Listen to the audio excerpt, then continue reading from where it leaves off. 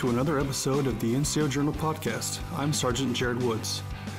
Today we'll discuss plagiarism to include different types, how to avoid it, and its ethical implications. Here with me today is the Deputy Director of Army University Press, Dr. Don Wright. So, Dr. Wright, why is this topic important, and what exactly is plagiarism? The Army is becoming far more interested in how NCOs and officers write. And in that setting and in academia at large, plagiarism is on the rise. It's far easier to do today, and students can get in trouble if they don't understand what plagiarism is. Unfortunately, we see cases of plagiarism at all levels in academia as well as in the Army. And that's not just enlisted, that's also officers. So talking about plagiarism right now is a good idea, because if we explain it when soldiers are in their early years of their career, by the time they become senior leaders, they won't be getting in trouble for this kind of thing. What instructors are looking for is originality. So if I assign you a paper, I want to see what you can do with your written work, the way that you structure an argument, the evidence that you provide. I want you to be original in your work. That's what I expect to see. And so when students bring in words from some other author, it's no longer original. The problems come in how students understand what plagiarism is, some of the rules that guide our understanding of plagiarism and what instructors expect. So I found in about 25 years of teaching, the best way to go about this is to explain to students what plagiarism is and what the expectations are of the class. Interestingly enough, there's no one universal definition of plagiarism. So part of what we try to do in classes as instructors is explain those, especially the way that a particular university or college defines plagiarism. And in the world of professional military education, there will be similar definitions for each particular school or course on what plagiarism constitutes. So you asked, why is this a problem? It has been on the rise, and that's the other part of the issue here. Since the internet became available widely, really the middle of the 1990s, it's been far easier to plagiarize in the form of going to electronic sources and simply copying and pasting into your own work, your own written work. There are some studies about this problem, and they've really seen a jump in the last 15 or 20 years from something like 10 to 15% of students at the undergraduate and graduate level plagiarizing in some form. Back in the early 90s, that's jumped to something like 40 or 50%. And the type of plagiarism that people are practicing is what I just mentioned, copying and pasting from electronic sources. Early on, it was pretty clear when the internet became widely accessible that students did not always understand what was in the public domain, what could be used by them versus what was intellectual property. And this is sort of a high-level legal argument, if you will, it's sort of philosophical. But there was a sense in the 90s and into the early aughts that if it was on the internet, it was basically free game for people to use. They could go in, copy and paste with impunity. Especially Wikipedia pages. Those tended to be basically words that you could harvest for whatever purpose you needed them, including papers at the college level. Only over the last, I would say, 10 to 15 years have we made inroads to explain that no, that text belongs to somebody else too. And you know, it's interesting, this term plagiarism actually comes from an old Latin word that relates to kidnapping or theft, right? So the sense is, the term is that people are stealing or kidnapping somebody else's words. And you know, academics take that pretty seriously. It's what we do. If you take my words and you don't give me credit, I'm going to be pretty upset. Students, on the other hand, because they really hadn't dealt with this, no one had really explained it to them, thought again these words were available for anybody to use. Wikipedia is problematic, I think, because there's no author's name on it. So it doesn't look like you're stealing from one particular person. And as I think is pretty widely known, Wikipedia pages are crowdsourced. So there might be 100 people who end up contributing the text to the average Wikipedia page. It is not open for anybody to just take text from Wikipedia pages. For example, I know that there are Wikipedia pages the text is taken from works that AUP has published in the past. So that might be my words. It might be the words of an NCO who's written for NCO Journal. That text is harvested and then repurposed as a Wikipedia page. Anything that you take from another source needs to be explicitly identified as coming from that source, and then that source needs to be credited. That's really what it comes down to. And if it's done correctly, it can really enhance a paper or a publication. And that's what we expect people to do. We want them to make an argument. We want them to provide evidence for their argument. And that's where you go to the outside sources. And that's when you bring in a quotation or a statistic that supports your argument. And within our realm and our university press and how we define it within your academic background, what is plagiarism? Okay, so let's get into some definitions. The way that we define plagiarism at Army University Press is that it is the appropriation of another author's words, sentences, without giving that other author credit. Normally what we require when other authors' words are brought into a written work is an explicit identification of where those words came from. So we want to clearly identify the sentence or the phrase or even the word in some case that is not original to the author of the paper. And the way that that's usually done is with quotation marks. We put quotation marks or expect to have quotation marks around any text that is not original to the author of the paper. And that's the first part, explicit identification of text that's not original to the author. The second part is, after identifying that text, there's some reference to where that text came from. Most of the time that's a superscript number, a little raised number, and there'll be a note at the end of that work, whether it's a paper or an article or even a book. And the note will describe the source, will give all the information for where that text came from. In some cases, there are other references called parenthetical citations or parenthetical references, and the information on the original citation for the source is inside the parentheses, if you will. Because there's two types of plagiarism. The first is called direct plagiarism, where a writer will simply copy and paste a full sentence verbatim, in some case a full paragraph. I've seen writers actually copy and paste multiple pages, so 3 or 4 pages simply lifted from another source and pasted into their work, which again, they're putting their name on, they're passing off as their own, right? But there's this other form of plagiarism called mosaic plagiarism. And by the way, we have a policy at Army University Press that's available on our website, and we give explanations or examples of both kinds, direct and mosaic plagiarism. Mosaic plagiarism is becoming more popular, and it's because I think writers believe that if they simply bring in some text from another source and drop it in, and then they change a little bit of it, then they're not plagiarizing. And that's not actually the case. So for example, mosaic plagiarism, if I brought in a paragraph from another source, and then I went into it and I dropped a few words, I deleted a few, I added my own synonyms perhaps, so maybe I took out the word beautiful, but I substituted pretty for that. I am still plagiarizing, even if I change, let's say 20% of the text that I borrowed from another source. I changed 20% of that text, it's still plagiarism. Even if I cite it correctly. At the end of that sentence or paragraph.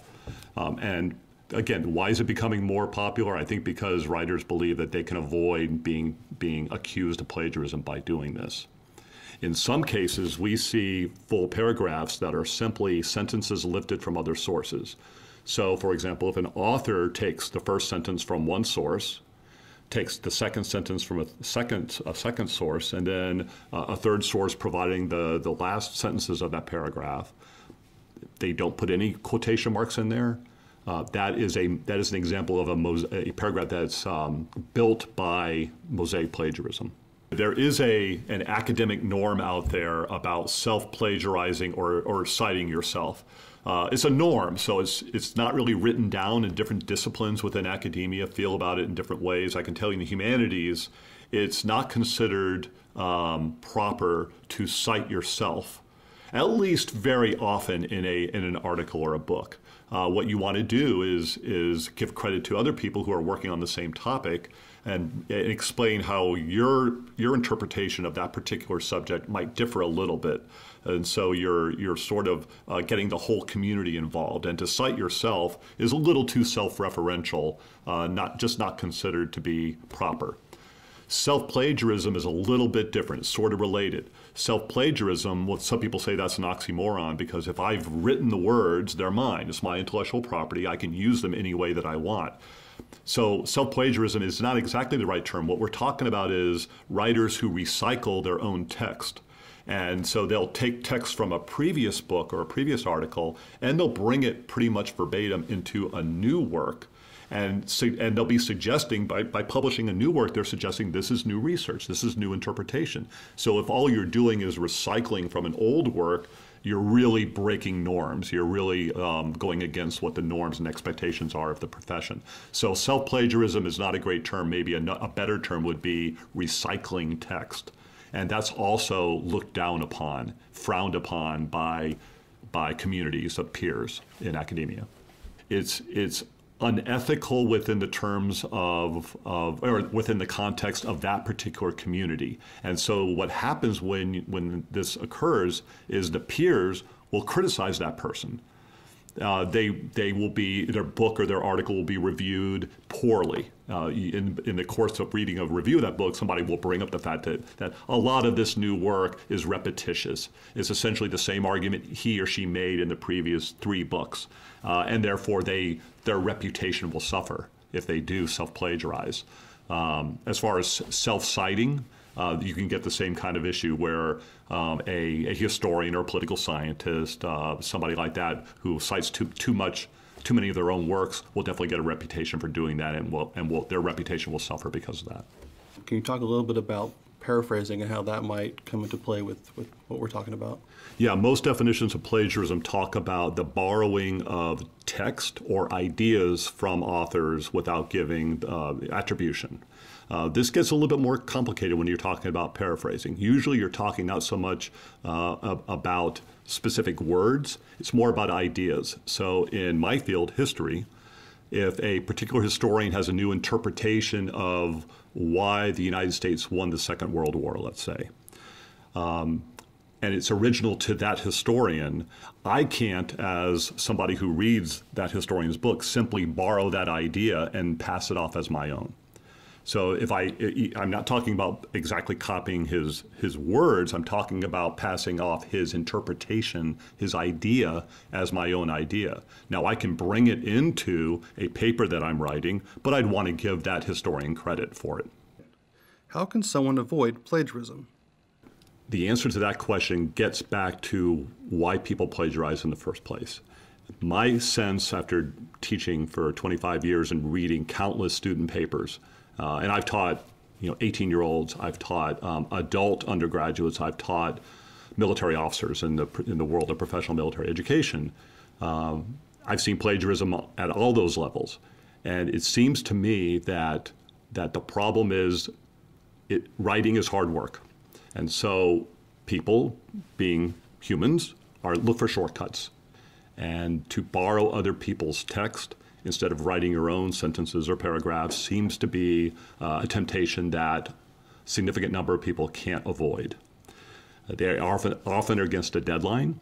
They often don't believe they have good enough writing skills, and they don't know where to begin in planning a paper.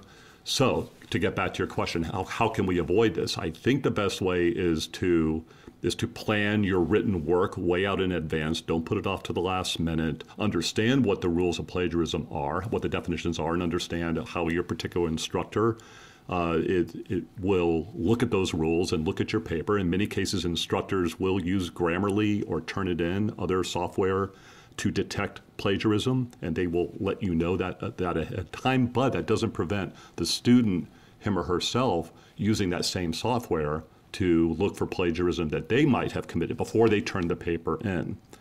And I believe a lot of instructors now, both in PME and in universities and colleges in this country, are requiring students to turn in papers with a report from Grammarly or Turnitin to show the instructor that they, the students, have put their own papers through that detection software. So the more that students understand what plagiarism is, the better that they plan their papers, the better that they plan their time in writing those papers. I think that would go a long way. I'm convinced that most people who end up plagiarizing don't intend to be unethical. You know, in my mind, and in the mind of a lot of other people who teach, plagiarism is not a criminal offense. It's really an ethical issue. Again, back to what we were talking about earlier, we expect a paper that's turned in to be original. We expect that the students will live up to that standard of original text. So when a student doesn't do that, it's an ethical issue. It's it's about academic integrity rather than some kind of criminal offense or something like that. Can you expand a little bit more on why it might be important for a publication when someone's submitting a work for publication, say NCO Journal, Military Review, JML, Joint Military Review, that work be original to the author? Definitely with a press, whether it's an academic press like us or a commercial press, our reputation is based on offering our audience original work, so that when we put out a journal and we look at the articles in that journal or a book, the expectation is that that work is original and it meets certain norms that are largely academic norms, but those norms transfer over to the military world. That it's not simply something copied from, so an article in Military Review, for example, is not simply something that is derived heavily from some other work. That author had an original thought.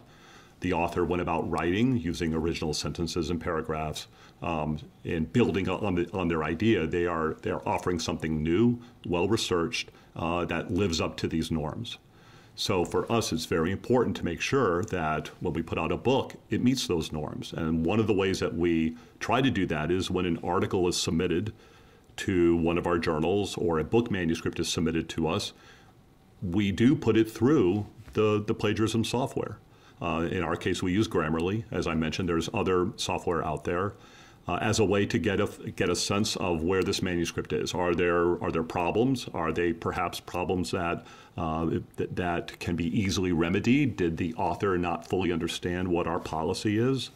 And in some cases, authors do understand, and they may just decide that it's worth submitting the paper anyways. Within everyday military writing, such as an operation order or standard operating procedure, text from those are copied and pasted all the time. Why would that not be considered plagiarism? Another good question, and it's one that we get all the time in the world of professional military education. We don't expect a platoon sergeant or a platoon leader necessarily to rewrite from scratch an operation order, right? But that's a different type of writing. What we're talking about when we're discussing plagiarism is writing for a class, again, whether it's a college or university on one hand, or whether it's a school that NCOs are attending or officers. That's the different set of expectations. We are in the classroom. We are expecting originality. Writing an op order, there is no expectation of originality, especially if you've got a good template for an op order or a similar type document, and all you really need to do is change some of the dates, change some of the personnel. It may not need to be completely rewritten. So again, there's different contexts for two different types of writing, and it's something that should be automatically detected by the student, right? So the average NCO or officer, once they are in a school, should know that we are talking more like academic norms in those settings than in a battalion or a company where an operation order or an operation plan has to be written. What are some other ways that we can avoid plagiarism? Other tools that students can use in avoiding plagiarism are the resource centers that are usually available to them on campuses or at schools. Specifically, they're sometimes called writing centers or learning resource centers. And there are people there who get paid to help you plan a paper, help with your research, help you outline a paper, even in some cases, look at an early draft. And they're the ones that will explain plagiarism to you and can even give you some ideas about how to avoid it, or even work through a review. They may have access to Turnitin or Grammarly, that software, and they can do an early look at your paper and maybe even find plagiarism if you've blundered into it unconsciously. So that's first and foremost what I would say.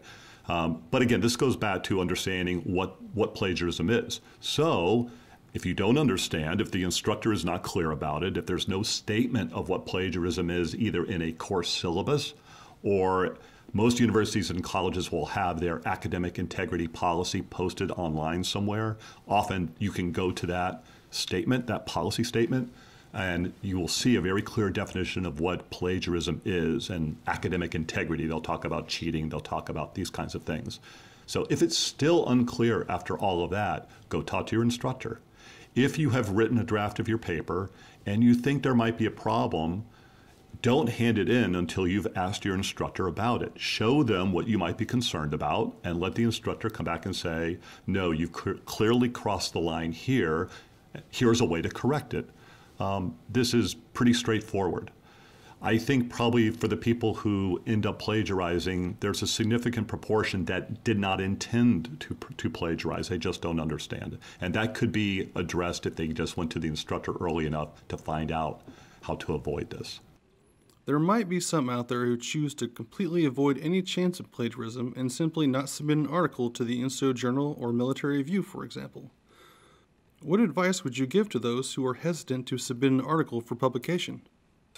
Definitely, and we want to read people's thoughts. We want to read what NCOs and officers are thinking today about their service, the Army, what the Army could do better, what the Army has done well in the past, or what they might have been involved with. I want to read and hear the voices of those NCOs and officers. I want to know what they think. They may feel like they aren't experienced writers and they may not feel comfortable with the way they write. That might be one of the reasons why they go get somebody else's words. But I'd much rather know that author's thoughts, even if the writing is not spectacular or polished. So it's much more important for me and for our audience to hear the real voices of those authors rather than some other words taken from some other source. Thank you, Dr. Wright, for talking with us about this important topic of plagiarism. You can join the conversation by following us on Facebook and Twitter at NCO Journal, and also our Instagram page at NCO Journal Official. You can also put your knowledge to print and submit articles to get published by visiting our official NCO Journal website.